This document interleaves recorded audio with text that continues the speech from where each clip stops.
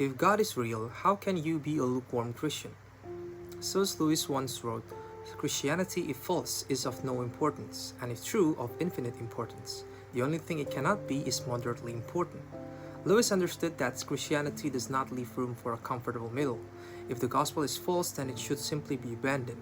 But if it is true, if Jesus truly is Lord, if eternity is real, and if humanity is truly separated from God apart from Christ, then nothing in life could possibly matter more. Throughout history, beyond science, history, moral truth, beauty, consciousness, and even humanity's longing for meaning, the idea of a creator, a God, continues to stand powerfully and persistently. The extraordinary complexity of life and existence around us, from human consciousness to the vastness of the universe, points to a creator. Yet perhaps the greatest problem today is not that people, including Christians, are unconvinced, but that many no longer consider it important. God's existence is often treated as distant philosophy, disconnected from everyday life.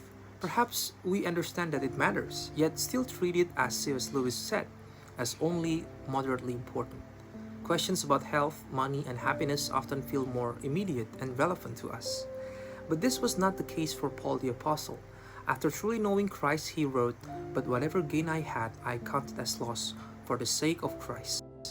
Indeed, I count everything as loss because of the surpassing worth of knowing Christ Jesus my Lord."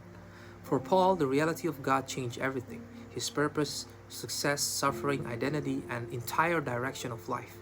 Of course, this does not mean everyone must become an apostle or full-time pastor, but it does mean that every part of our lives, our desires, goals, priorities, and purpose should ultimately be shaped through the reality of God. It may look like choosing a career not merely for status or income, but for faithfulness and service, making financial decisions with generosity and stewardship in mind, pursuing relationships that honor God rather than simply satisfy personal desires, responding to success with humility and failure with trust, or treating work, study, family, and even ordinary daily routines as opportunities to glorify Him. In our lives, faith could no longer remain a comfortable middle, because if Christianity is true, then knowing God would not simply become part of life, it would become the center of it.